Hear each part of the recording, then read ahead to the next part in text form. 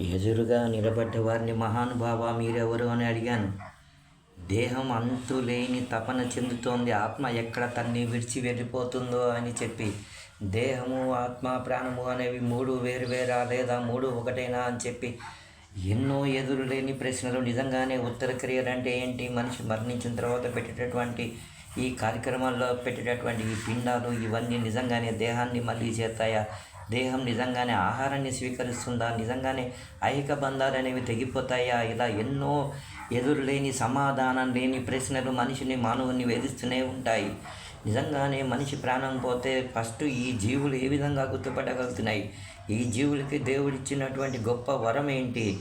ఎందుకు వాటిని మనం అంత ద్వేషిస్తాం? ఎందుకు వాటిని మనం అంత ప్రేమిస్తాం? నిజంగానే నాకు అనిపిస్తుంది, కనిపించే ఈ మహానుభావుడు ఎవరు? నిజంగానే ఈ మహానుభావుడు మనకి అంతులేని సమాధానాలు చెప్పగలుగుతాడా? నిజంగానే కాలభైరవుడు ఎంత భయంకరంగా ఉంటాడా? చేసిన పాపాలకి అంత భయంకరమైనటువంటి శిక్షలు విధించడం అనేది జరుగుతుందా? ఇవన్నీ దేహానికి ఉన్నటువంటి ప్రశ్నలు. దేహం అంటే ఏంటి? దేహంలోకి ఆ పరమేశ్వరుడి ఆత్మరూపంలో ఎందుకు వచ్చాడు?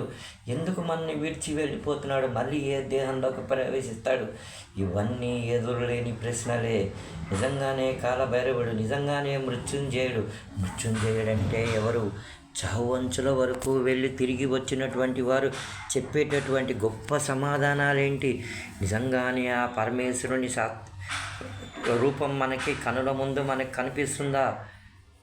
ఏ విధంగా మనం ఆ పరమేశ్వరుని ఆరాధించాలి?